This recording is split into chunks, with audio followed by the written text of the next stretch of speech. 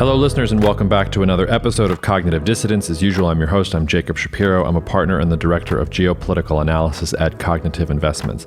I am also, by the way, a fellow at the George H.W. Bush Foundation for U.S. China Relations. I have been for the last couple of years, and it's a real pleasure to welcome onto the podcast this week David Firetsein, who has a rich background that we talk a little bit about on the podcast, but I think it suffices to say in this intro that he's the inaugural president and CEO of the George H.W. Bush Foundation for U.S. China Relations.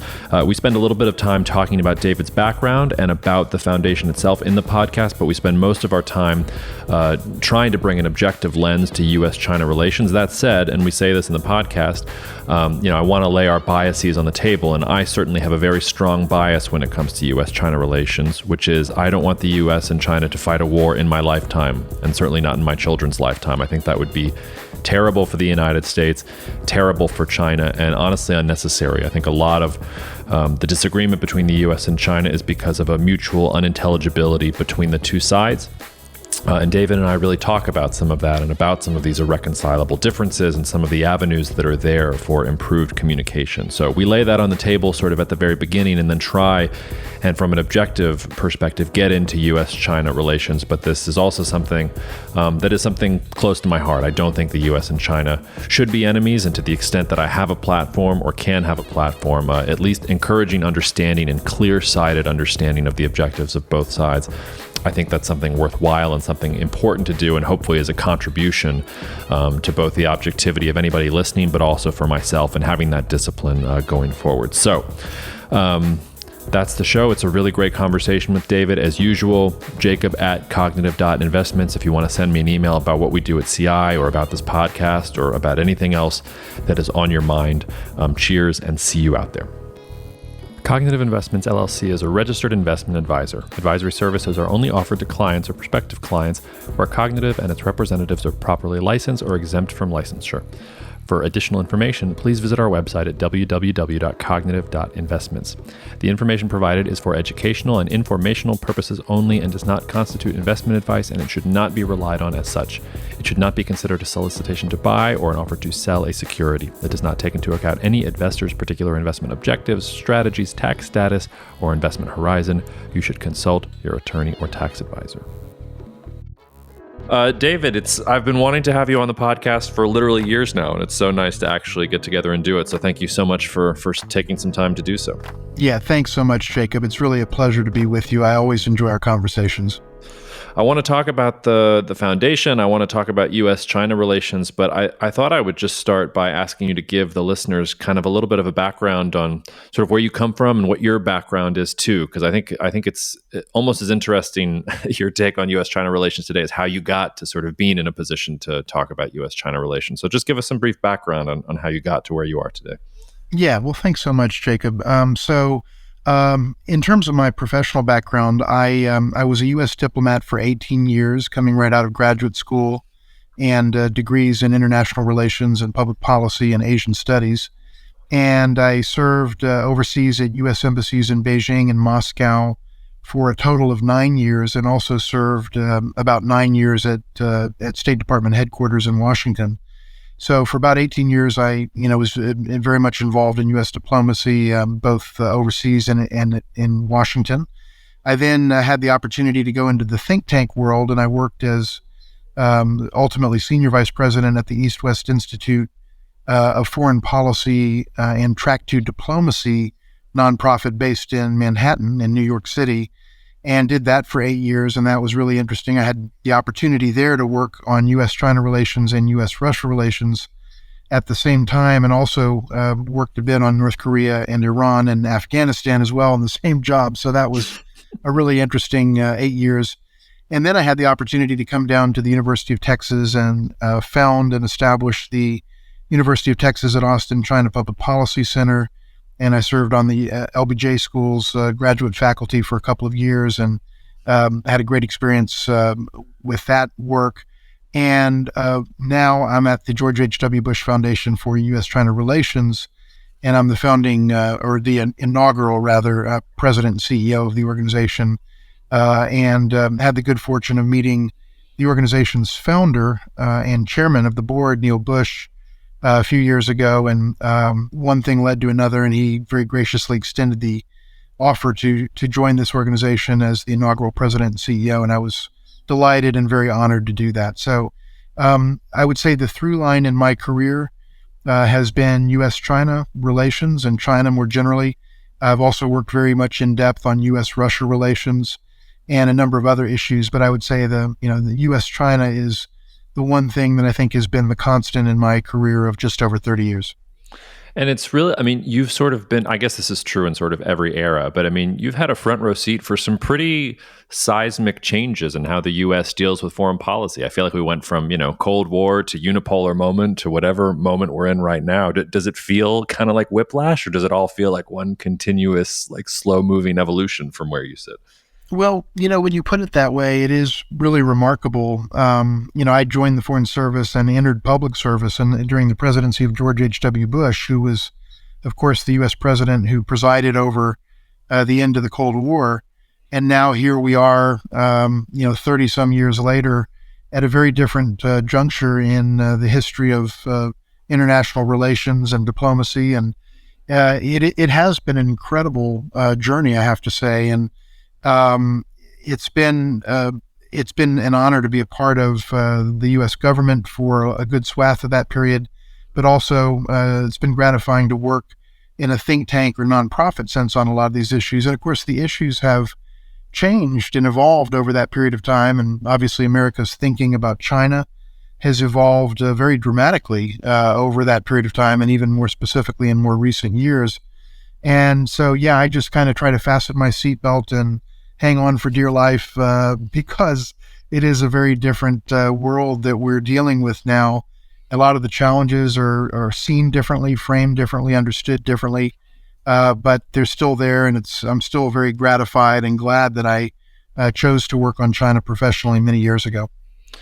You're not. My follow up to that was going to be: do you ever feel frustrated? Because I feel like U.S.-China relations. I mean, let's be frank; they're not particularly good right now, and it doesn't feel like the trajectory is particularly good. Is there any sense of frustration for how things like China and the U.S. can't seem to get out of each other's own way when dealing with each other, or are you still fundamentally optimistic, sort of, about the long term future? Well, that's a great question. And, honestly, there certainly are moments of frustration to see two countries that are so important to the world and to each other, struggle to such a degree to maintain a relationship that's functional and constructive and results oriented, mutually beneficial, and above all, politically sustainable. I mean, it's tough to see that as someone who's been very deeply involved in working on this relationship professionally for a long time. So yes, there's no question that I do feel some frustration around, what's happened with the relationship and the seeming inability of either country or both countries really to get the relationship back onto a more constructive track. That being said, if anything, I think it just means that the need and the market for the kind of work that we do at the George H.W. Bush Foundation for U.S. China Relations is, if anything, greater than it has ever been. The urgency of the work, I think, is greater. The degree of difficulty, I think, is also greater, and that's where some of the frustration comes in. But I still believe that this relationship is worth fighting for, and I still believe that that is so not out of any altruistic sentiment, but out of a notion that America's self-interests demand that we have a functional and constructive relationship with China, and the reverse of that is also true. So the frustration is unquestionably there, but the sense of commitment to mission and the sense of the importance and resonance of what we're doing is also very high, and that's one of the things that I think keeps me motivated. Yeah. And correct me if I'm wrong. So the foundation, I think it was founded in sort of summer 2017, but really only launched public facing around the fall of 2019. Is that correct? Yes, that's exactly right. Was it sort of in the works already? Was the sort of trade war between the United States and China and the real deterioration in the relationship, which, I mean, I would say it began really during the late Obama administration. I don't know if you'd agree with that, but was it something that had sort of been percolating for a while, or was it really in some ways a response to what seemed like a very present, clear and deterioration in U.S. China relations? That's a great question. And the answer is it really was not a response to developments in the relationship, but it really was kind of the natural continuation of the lifelong interest that President George H.W. Bush had in China and in the U.S. China relationship. And in his post presidency, President George H.W. Bush um, created, working closely with his son Neil and other partners, created a George H.W. Bush conference on U.S. China relations and personally co-chaired that conference for, I believe, six iterations of the conference before his health declined and he was unable to continue doing so, at which point he handed the reins over to Neil. So really the impetus for the creation and full operationalization of the foundation had its roots in those conferences and in President George H.W. Bush's personal involvement and lifelong interest in doing what he could to keep this relationship moving in the right direction. And ultimately, Neil, with the full blessing and involvement of his father, decided to kind of institutionalize those efforts to bring the United States and China together through this conference by creating a more fully functioning foundation. And again, with the blessing and involvement of his father, Neil founded the George H.W. Bush Foundation for U.S. China Relations, essentially in its current form. And that was really more just to institutionalize this effort to create a trusted channel of communication between the United States and China, but not a particular reaction to specific developments in the relationship. So the roots of this really go back about 20 years, even though our founding occurred, as you rightly noted, in 2017, and then full operations began in 2019. Yeah, that almost feels like a long time ago. I often say on this podcast, I try to be an objective geopolitical analyst in all of my written work and all of my podcast work and how I sort of present myself in general. But I do have biases. And one of my biggest biases is that I think a bad U.S.-China relationship, or even in the long term, a U.S.-China war, God forbid, I'm against that. I want that not to happen, and I'll do whatever I can to try and prevent that from happening. And I think that's one of the reasons you guys invited me to be a fellow at the foundation when it launched, and I leapt at the chance because even though it's a little bit different than most of the stuff that I normally do, I mean, and this is a way to sort of to ask you to talk a little bit about what the foundation does, because it can sound kind of amorphous being a trusted channel and things like that, but some of the conversations that you guys have set up between me and other folks in the United States and folks in China, just to talk, just to ask, hey, what do you think about this? What do I think about this? And we can look at each other across the Zoom screen, and it can be completely not actually speaking two different languages, but we're articulating completely different worldviews. But just the fact that those conversations are happening and that the foundation is enabling those conversations to happen, I don't know. It's one of the few things that gives me some hope for the future. So I just wanted to say that.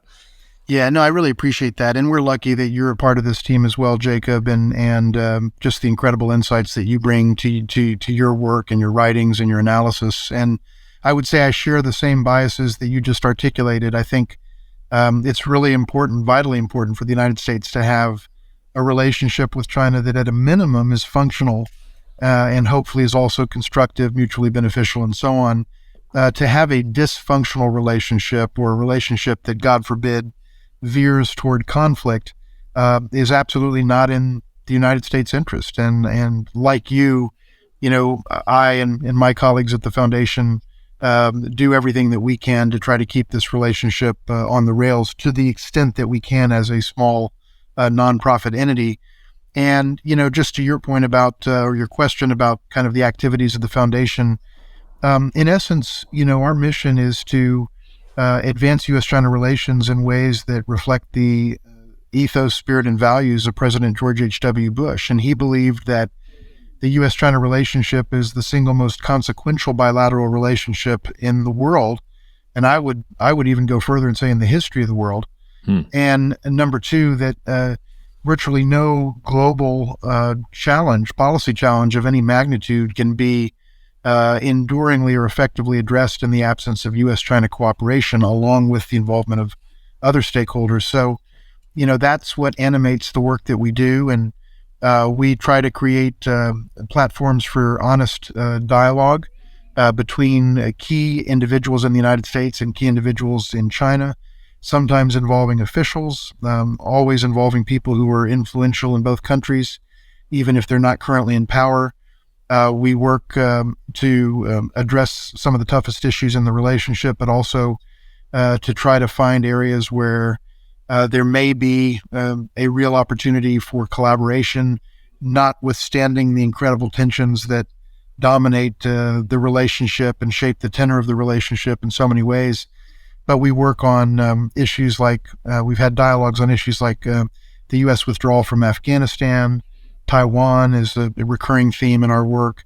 We bring scholars together. We bring politicos, if you will, from both sides together.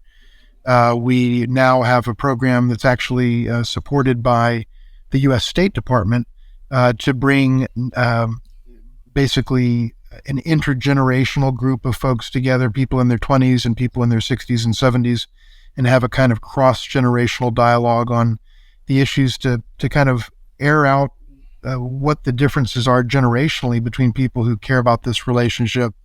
And we were very proud to have U.S. government support for that.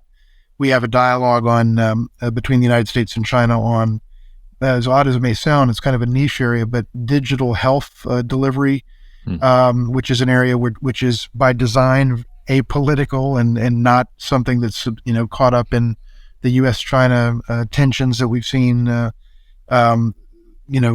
such a degree over the last several years. So it's a wide range of issues, but we're very selective about the issues that we work on. And for the most part, we try to work on issues that at least create the potential for our dialogue to have some meaningful positive impact. Things that are completely intractable, as a general rule, we don't work on as much because we recognize the futility of that. So we're selective about the issues that we work on. It's an interesting and I think innovative programmatic agenda. And there's a market for it, and we have buy-in from both the U.S. government, the Chinese government, various other stakeholders in both countries, and it encourages us to keep doing what we're doing. Recognizing that Chinese civil society and China's political system is obviously completely different than the United States, and we'll talk about that in a little bit.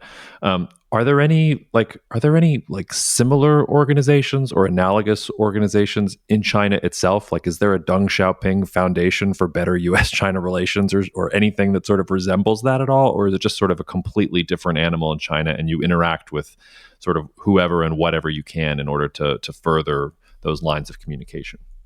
Well, I would say there really isn't an exact analog. There certainly are organizations in China that we work with closely, starting with government officials, the Chinese Communist Party itself, the military, but also major academic organizations, universities, think tanks, the business community, nonprofits.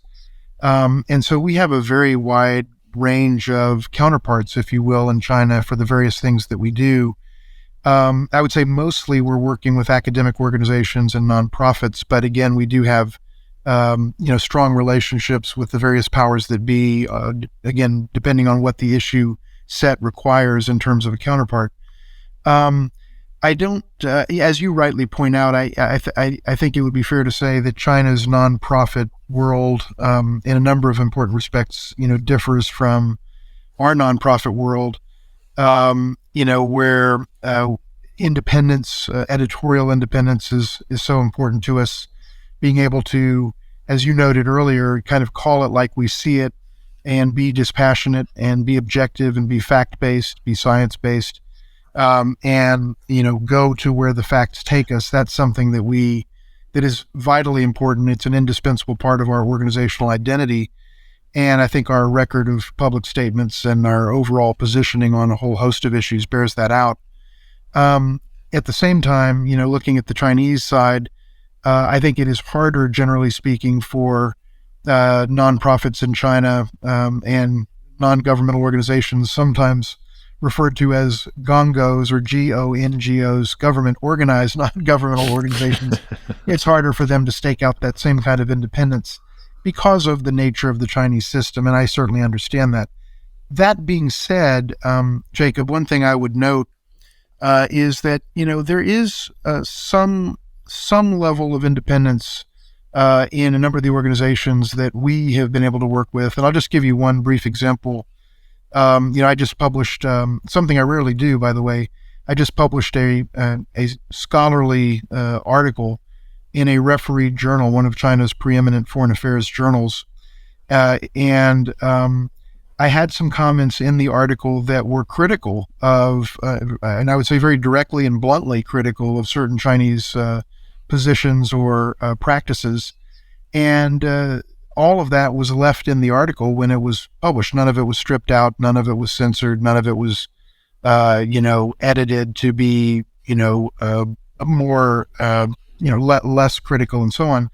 And so, I respect that. I respect the fact that there are areas where you can, level fact-based criticism and have that criticism stand on the record, even in China. And of course, we can do that here in the United States as well. So, we have a lot of respect for the organizations that we work with. And even when we don't necessarily see issues eye to eye, we value the opportunity to engage in an honest way and to know that we're all coming at it in good faith. And that those are core values at the heart of what we do.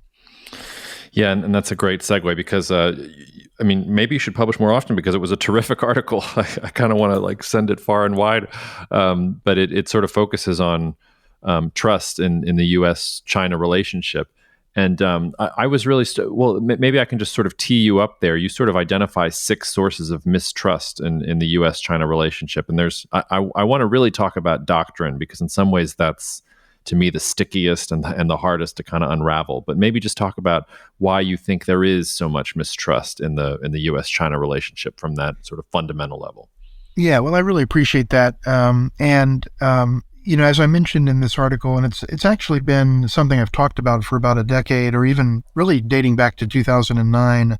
I first laid these thoughts out at the University of Washington in December of 2009, but only last month had them, committed to publication in a refereed journal. So that was nice to see that come to fruition. But in essence, I do think there are multiple layers or levels, or to put it differently, sources of mistrust in the relationship between the United States and China. And I think we don't always articulate those, and therefore we don't understand them, and we don't understand the impact that these things have on the trust element in the relationship. So civilizational factors, civilizational and cultural, I would say, doctrinal factors, ideological, or I would say ideological, even more fundamentally than doctrinal factors, which I'll talk about more in a second, national interests, and then national style, just the ways that countries go about operating and acting and speaking, and leading to the way we talk about foreign policy. All of those different elements, I think, have a bearing on the overall levels of trust. And my argument is that at each of these levels, there are things that are creating impediments to the formation and sustenance of trust in the relationship between the United States and China. At the doctrinal level, I would say that, as you note, that is an important piece of the puzzle. And, if I were just taking this really big topic and summarizing it very succinctly, I think, you don't need to look further than the fact that in U.S. doctrine, written doctrine that you see in our national security strategy, which comes out about every 4 years, and our Defense Department documents and others, the United States says as a matter of doctrine that the United States aspires to a global position of primacy and essentially supremacy, that we want to be the biggest, baddest, toughest, strongest player, and that we want to be in a position to dominate world affairs, in essence, certainly to have that capacity in terms of our national power and in particular in terms of our military power. And China, as a matter of its doctrine, its declared doctrine, aspires to multipolarity. Some would argue that China aspires to more than that, but I think it's very clear that at a minimum it wants multipolarity and co-equal status with the United States and with Europe, Russia, Japan, and other uh, sort of pole level players in the global system. And right there, you have an irreconcilable tension between the United States and China, because the United States wants something other than equality, and China wants equality. The United States wants primacy and supremacy, and China wants to be a peer, a co-equal peer of the United States. And right there, that is irreconcilable as a matter of doctrine. So I think there are some pretty deep issues at the level of doctrine, but also even below that level, and if you will, above that level, that contribute to what I think now is a historically low level of mutual trust, which is to say a high level of mutual mistrust between the United States and China. When do you think that happened in the United States? Because it seems to me that, when Nixon and Kissinger cooked up the reconciliation with China in the early 1970s, I think part of the reason that happened, well, part of it was because, they identified the Soviet Union as a greater threat than China, and they wanted to have cooperation with the People's Republic of China to push back against the Soviet Union. But if you go back and read sort of Nixon's speeches, he's cool with multipolarity. He sort of already takes it for granted that the U.S. is not a power that can aspire to primacy, but that it can sort of define its interests and work in a more multipolar world. And somewhere between Nixon and I guess between the neocons, it feels like the United States kind of went off the rails a little bit there. And I wonder if that happened while you were in foreign service or government or things like that, whether you think it happened before, whether the Nixon thing was just kind of a random moment in time. We'll get to China in a second, because I think that's an important one too. But when do you think the U.S. sort of lost the doctrinal malleability to allow for other peer powers to exist alongside it versus that primacy argument that you articulated, and which you can go read, as you rightly point out, in the National Security Strategy?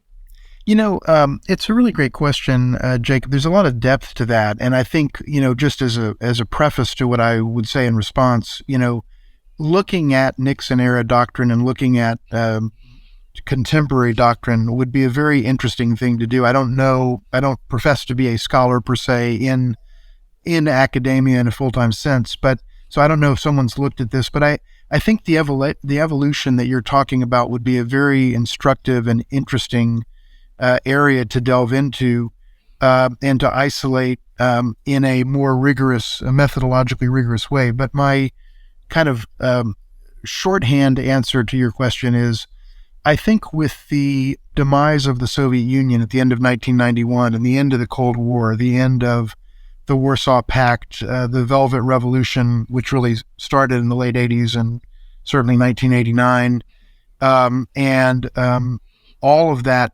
period that kind of brought an end to the Cold War, brought an end to the Soviet Union, in a sense made Russia, the Russian Federation, our friend, and really a good friend of our nation, if you will, in the early to mid-1990s.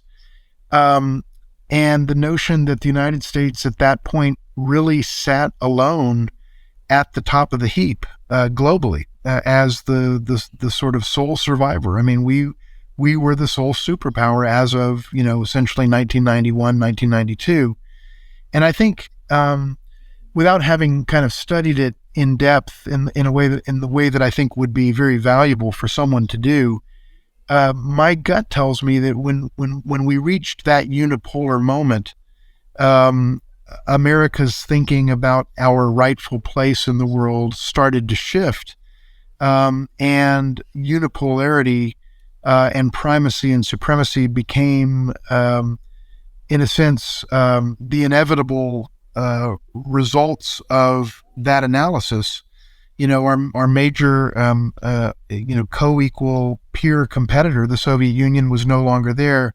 And so now, starting in 1991, 1992, we started to look at the world differently. So I think that would be a good place to start, to sort of look at where this notion of primacy and supremacy really started to take hold within American strategic thinking. I think it's been there to one degree or another since 1945, but again, the impediment to acting upon this sentiment was the Soviet Union.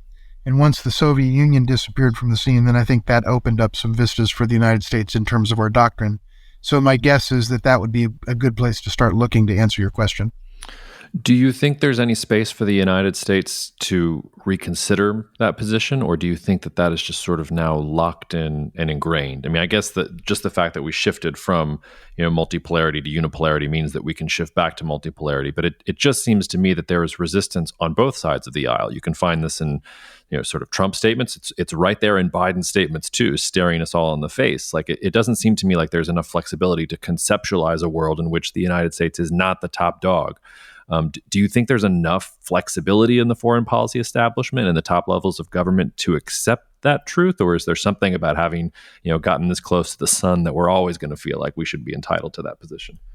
I think it's the latter. And I think that what drives it is the politics, because no one in this country, no candidate for president or president, no one in the Senate who's contemplating a presidential run, et cetera, wants to be that person that goes out to the cornfields of Iowa or, to New Hampshire and makes the argument that, a centerpiece of his or her foreign policy will be that, we should not aspire to being number one in the world. We should not aspire to being exceptional.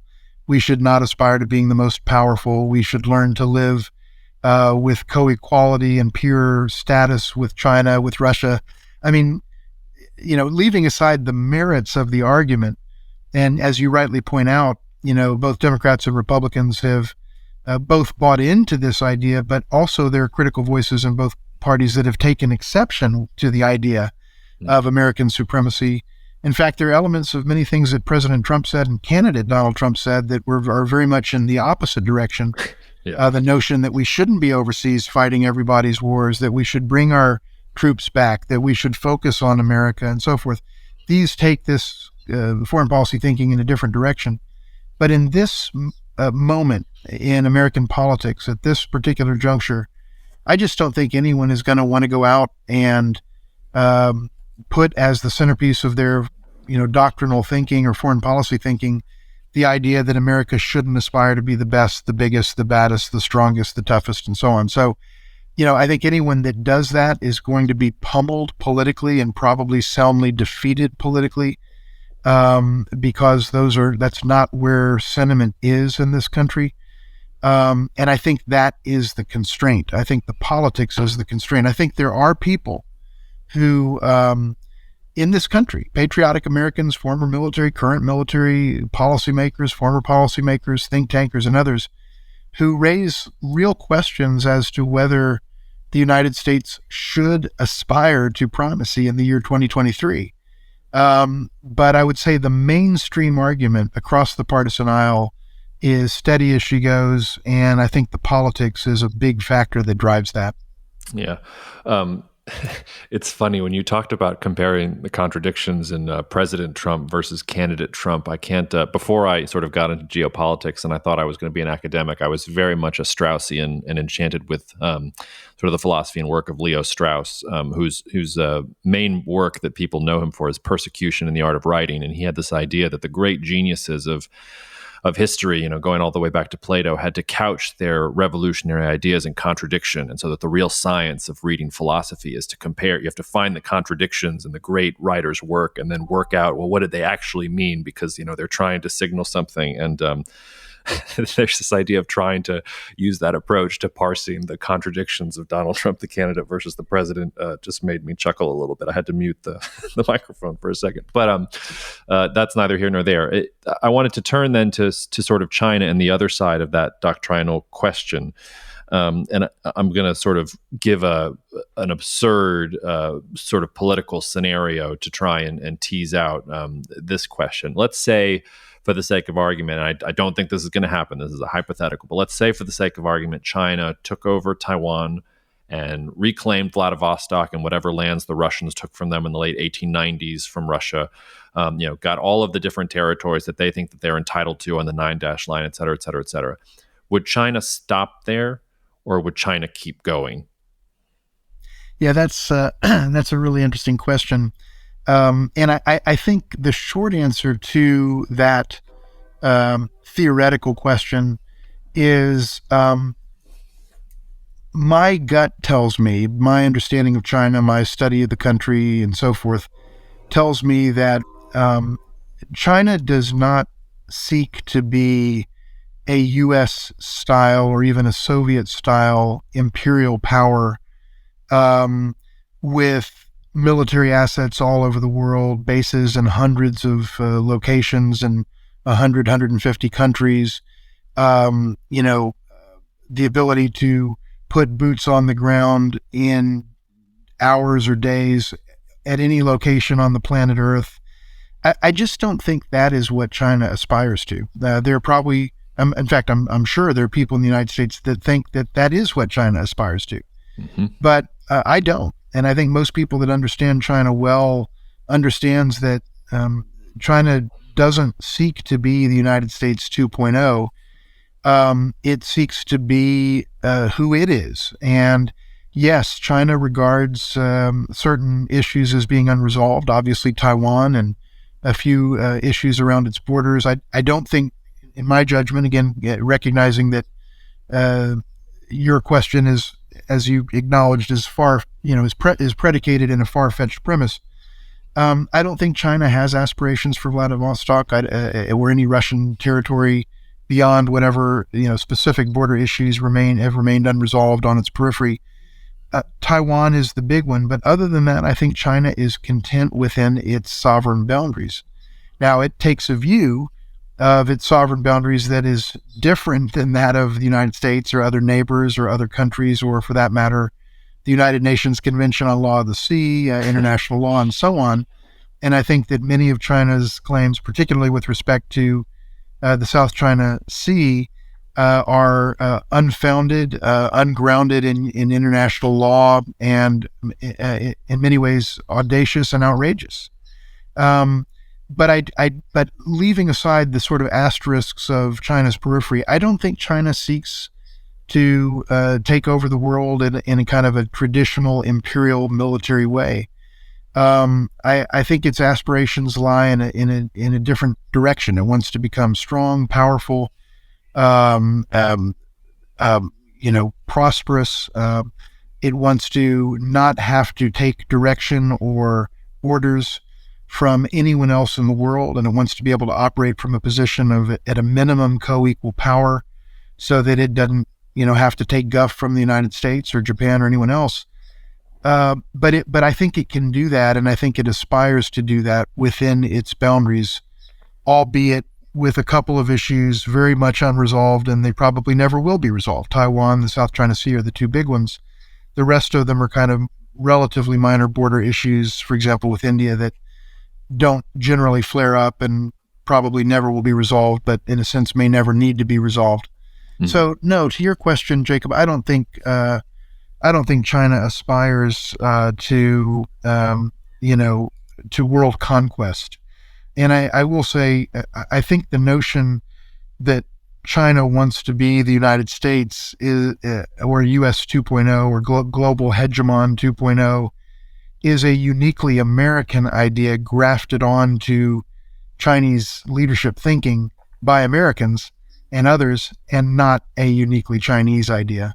But I think that too many people in the United States aren't able to see that we are projecting some of our own inclinations onto China, and it generates this narrative that China is bent on world domination, even though we and not they are the ones that have troops in 150 countries and so forth and so on. But people just aren't able to see this with objectivity because it's a very emotional issue to people, and I think people react to it, and particularly in the political arena, in very emotional ways.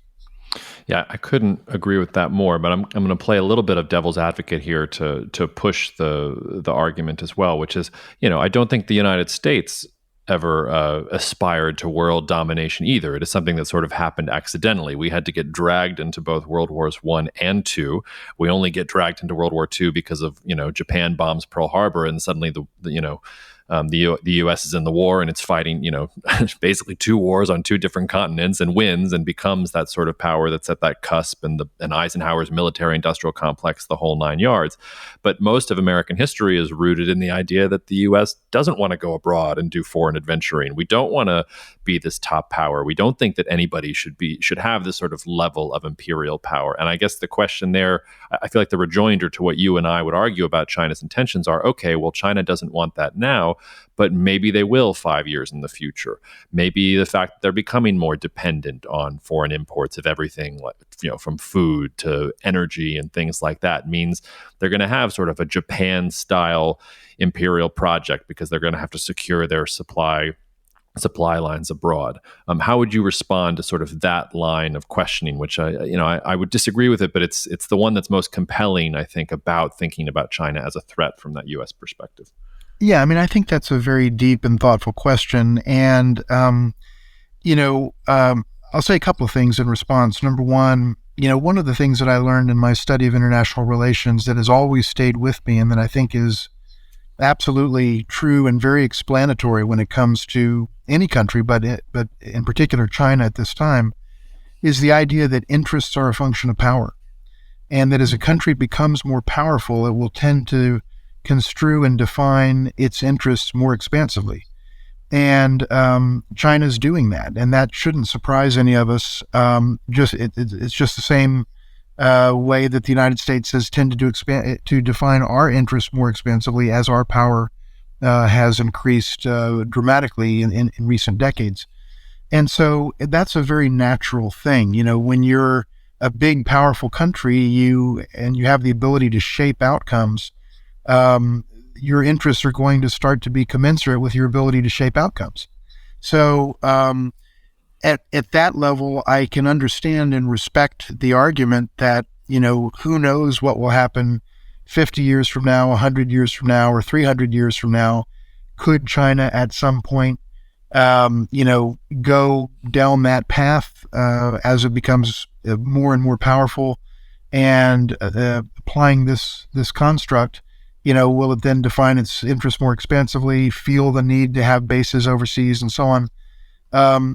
I acknowledge that is possible. None of us, I think, can, predict what's going to happen 30, 50, 100, 150, or 200 years from now. But in the foreseeable future, I think the reason that I think that argument is thoughtful but not necessarily predictive of what China is going to do is that at a very fundamental level, I think China is a very different kind of country than the United States. There is a messianic quality to our thinking in this country and to our understanding of our rightful role in the world. I mean, we see ourselves as the shining city on the hill, the beacon of light, the great arbiter of justice and morality. We write human rights reports. I wrote good portions of quite a few of them in my career, sitting in judgment of every other country in the world and saying what they did right and what they did wrong. And the Judeo-Christian civilizational tradition that undergirds our polity kind of causes us to see the world in moral terms and to think of ourselves as to having a comfort level at this point in time with an activist role to go out there and shape the world in a way that reflects our values. But the fundamental mindset in China, in my judgment, my considered judgment, is very different. It's much more of, I'll mind my business, you mind your business. I have my system, you have your system. I'll do things in a way that works for us. We, the leadership of China, will organize our society as we see fit, and that we, in a way that we believe serves our society well. You organize things the way that you think will serve your society well. And it's a kind of I'm okay, you're okay mindset. It is not messianic. It's just leave us the hell alone and let us do things the way we want, and we'll leave you alone. And that's not the way that America looks at the world. America looks at the world as we're doing everything right, and damn it, you need to do it the same way. And it's that difference, Jacob, between the fundamental way that America looks at the world today, and the way that China looks at the world, that I think causes me to conclude that China, doesn't it doesn't have an interest in doing so many of the things that the United States does in our self-appointed role as world policeman and hegemon of the world. China doesn't want to put boots on the ground in all these other countries. It doesn't want to finance the world. It doesn't want to have targets on its back by being the lead country going after Al-Qaeda and ISIS. It doesn't write human rights reports on other countries because, frankly, it doesn't give a damn about human rights in any other country. It just doesn't care, and it doesn't feel obligated to weigh in on those issues. And the list goes on. So, I think it pulls China in a different direction. And I think the biggest mistake that we often make in the United States is grafting and projecting our own strategic sentiments onto the Chinese leadership in ways that don't fit in reality. But we can't see that because we're too busy assuming that they think exactly the way we do. Yeah. The last sort of topic of conversation before I let you go is I wanted to sort of take we've been talking at a very high level, and I wanted to bring it down to sort of the next 6 to 12 months because, I think last year was a really, really tough year for China, especially the latter half of the year. They've got a burgeoning real estate crisis. COVID finally reared its head after all those years of keeping it at bay. They're dealing with that on top of it. Xi Jinping had to clear out his political rivals so that he could have his unquestioned, status on top of the machine. And China was clashing with the United States, sort of, it seemed like on almost every level. You had Nancy Pelosi in Taiwan. You had semiconductor restrictions out the wazoo, like all these different things. And at least in the first sort of couple weeks of this year and the last couple weeks of last year, it at least seems to me like there's a bit of a change in tone from China. So they're demoting the wolf warrior diplomats. They're shifting their position on COVID, obviously. They're importing coal from Australia again. There seems to be open lines of communication between the top political leaders and officials in both China and the United States. So do you think that something's up with China in the sense that China sort of understands that it's the weaker power and it's going to have to make some compromises on where it was at? It wasn't necessarily as strong as maybe they thought they were last year. Is that a cause for optimism, you think, in the year ahead for U.S. China relations? Or do you think this is just kind of a blip and that by middle of the year we'll be squabbling with each other just like we were for most of last year? Well, here's what I would say. I don't personally read the tonal shifts that I think you've rightly noted as an indication of a weakened China or China being in a weaker position relative to the United States.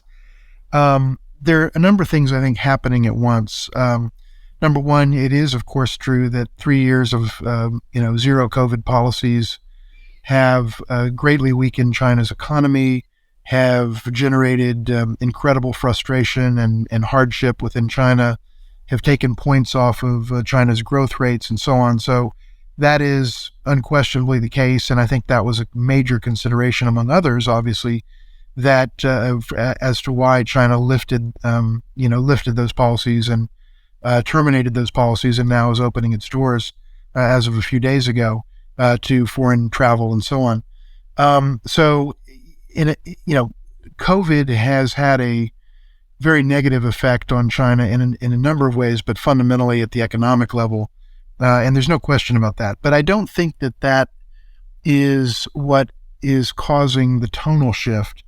I think you're right that there was a different and I think somewhat more positive, or let's say less negative tonality emerging from the first in-person summit between the presidents of the two countries, Joe Biden and Xi Jinping. And I think that was notable because it did stand in pretty sharp contrast to a lot of the vitriol that we've seen hurled in both directions and continue to see in some cases.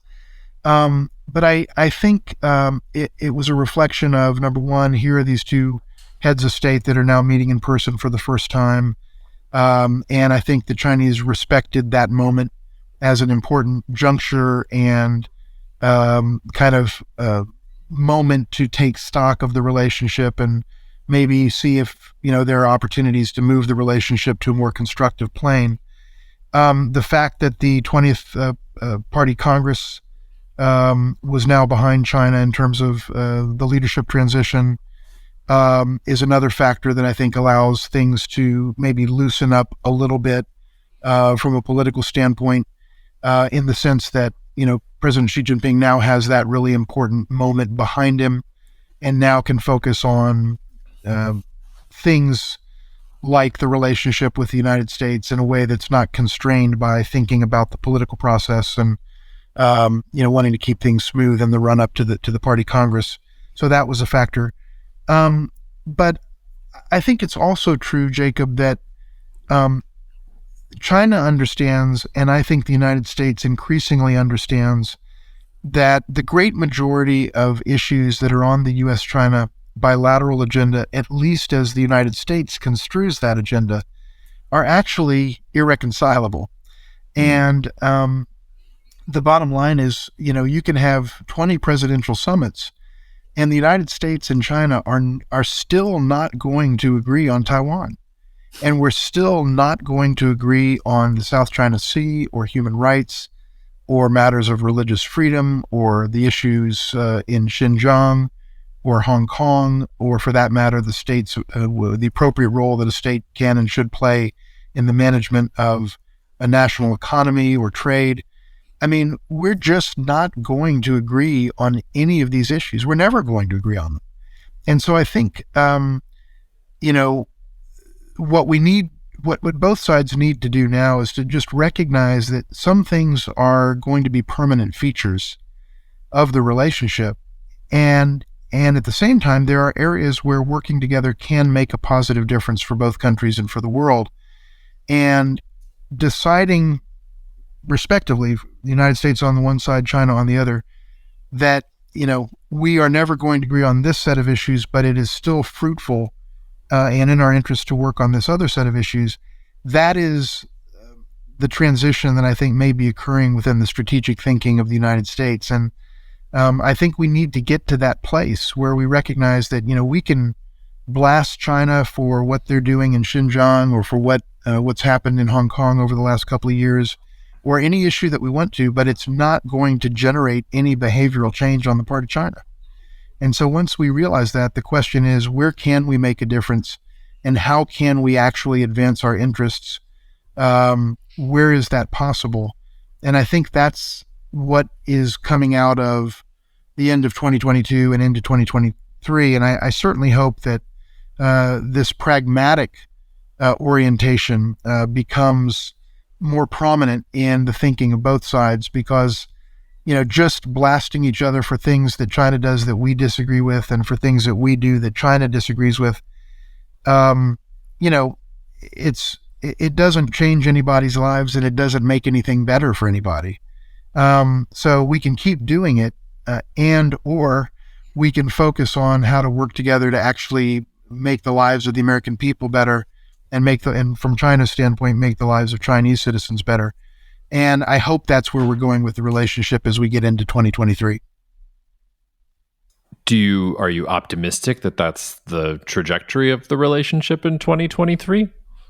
To be honest, I'm not optimistic about it, at least from a U.S. standpoint. I think China understands the dynamic in some ways better than we do. They know that nothing they say will change how we deal with Taiwan, for example, just as an example, as stated from their perspective. I don't know that we yet know that nothing that we do or say to China is going to affect what they do in Xinjiang or in Hong Kong and so forth and so on. So I think the Chinese are ahead of us in understanding the futility of trying to change the other side where the other side is dug in. But I also think the Chinese, in terms of their mindset, are more comfortable with this, the intractability and the irreconcilability of these issues probably than we are. Because again, with that messianic impulse and that notion that we're always right and the other side, whoever it is by definition always wrong, we tend to, not want to give up until the other side acknowledges that we're right and they're wrong. And China just doesn't operate that way. And so I think they're ahead of us on the continuum of coming to a place of being at peace with the fact that these issues are irreconcilable.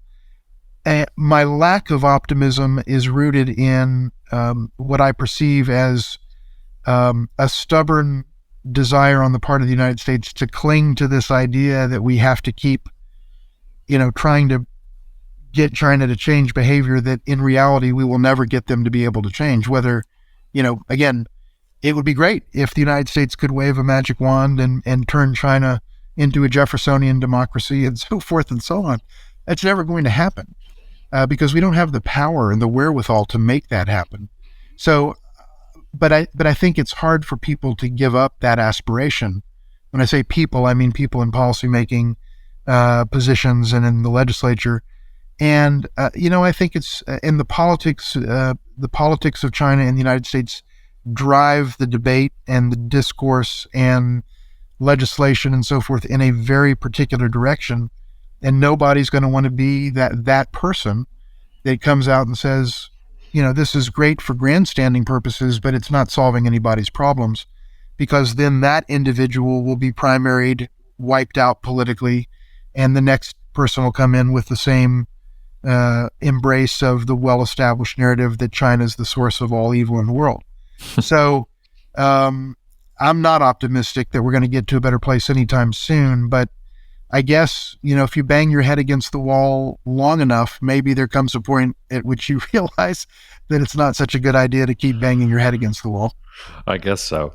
But I mean, last question. I agree with you that, nobody's going to change each other's minds on Taiwan, Hong Kong, Xinjiang. The one that maybe could be a step towards maybe building some trust to sort of bring it back to where we were talking earlier is, do you think there's any chance of, and this might be happening already just because of China defining things in terms of its self-interest, not because of anything Washington is telling it. But I think one of the most surprising things in the past year, at least for me, has been, the depth of the relationship between China and Russia, and China's sort of unwillingness to call out Russia on the invasion of Ukraine. I mean, I sort of get it from a strategic perspective, but do you think there's any sort of chance to convince China not to be, I wouldn't say they're exactly supporting Russia, but to at least be a little more critical of Russia, to not be sort of the last commodity export destination of possibility for Russia? Or do you think that China sort of sees that, hey, you've decided we're the peer enemy, we need Russia to stand up on its own to be in this multipolar world, we're not going to go after them even though they violated a sovereign country's borders, and that's something that China explicitly doesn't want, right? Everybody should be in their own corner and not violate their borders. You would think that's an area where China might be able to move at least a little bit. Is any chance or no? I think the short answer is no. I don't see that happening in the foreseeable future, assuming that the conflict and Russia's, naked and unlawful and absolutely unjustified, unprovoked invasion of Ukraine continues along the same trajectory that we've seen for nearly a year now. I don't anticipate China's positioning on it would change. I think China, the Bush China Foundation was the first U.S. China nonprofit to come out with a statement sharply criticizing China for making a mockery, an absolute and total mockery of its own stated 5 principles of peaceful coexistence, which include the notion of respect for sovereignty and respect for territorial integrity, among others. And we said, China, we said in the statement that China's making a mockery of these principles by not condemning Russia's naked and unlawful and shameful aggression against Ukraine, and that these ideas have no meaning if a country can't stand up in these circumstances and condemn Russia for this horrid act of aggression. And we were the first entity in this country to call upon China to do that. I've said publicly and privately that I think China is undermining whatever credibility it had as a country that had held on to these procedural principles, respect for territorial integrity, respect for sovereignty, and so on, and that it's not in China's interest to allow itself to, in a sense, be made a liar of by its steadfast refusal to condemn this inexcusable aggression perpetrated by Russia against Ukraine. So, and yet they this is where they are nearly a year after the start of the assault.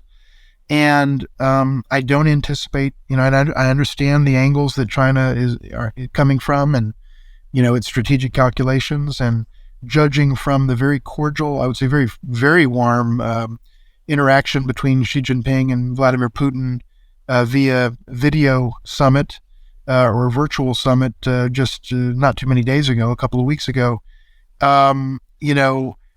It doesn't sound like China is going to do anything to shift its position or to be more critical or to stand on principle. And I would not expect that that's going to be something where there is a meeting of the minds between Washington and China. I think China is in the wrong on this one in not condemning this horrible aggression, but they have their calculations, and I don't anticipate that that's going to change. And it's another example, Jacob, of what I refer to as the irreconcilability of most U.S. and Chinese positions on these really critical issues.